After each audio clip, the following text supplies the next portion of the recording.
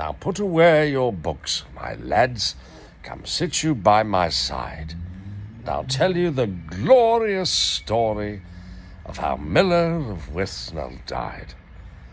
I've told you oft of the Spartan boy, how Spartans nobly bore themselves to guard the narrow pass in the grand old days of yore. You've read great Nelson's story of Trafalgar, crossed the foam, and also of the dauntless three who held the bridge at Rome. I've told you too of Gordon's death, the bravest of the brave, and of the noble Kitchener, now gone to his ocean grave. But none fell nobler than this lad of Lancashire the pride. So let your children's children tell how Jimmy Miller died. We had shelled the Hun from his dugouts. Our batteries had smashed him in style. We had hurled the foe from his trenches, driven him back for a mile. But many a hero had fallen, many a husband and son, gone to their rest, left us weakened. Could we hold that which we'd won? So our captain cried out, "Here, Miller, a message to Company D. I know you and trust you well, Miller, so bring back the answer to me. You have never shirked a duty. You have never reasoned why. For God's sake, do not fail me now, and bring me the reply.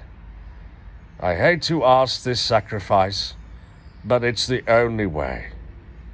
If you can but get this message through, you'll save some lives today." Just a brief salute to his officer, he cleared the trench at a bound. He dashed out into the open, out on the shell-swept ground.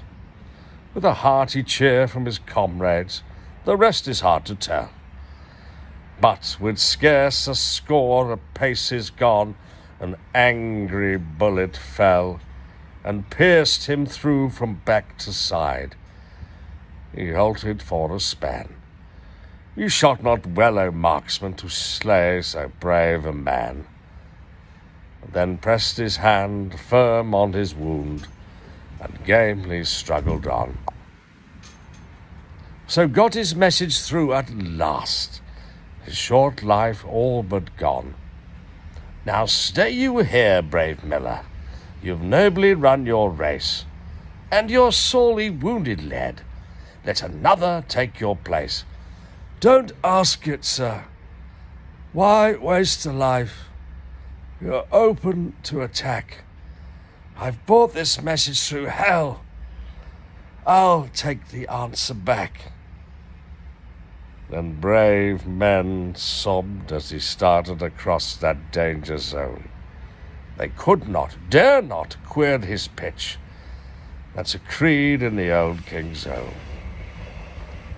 So he reels along in his agony. Now on his knees he crawls, his life's blood ebbing drop by drop.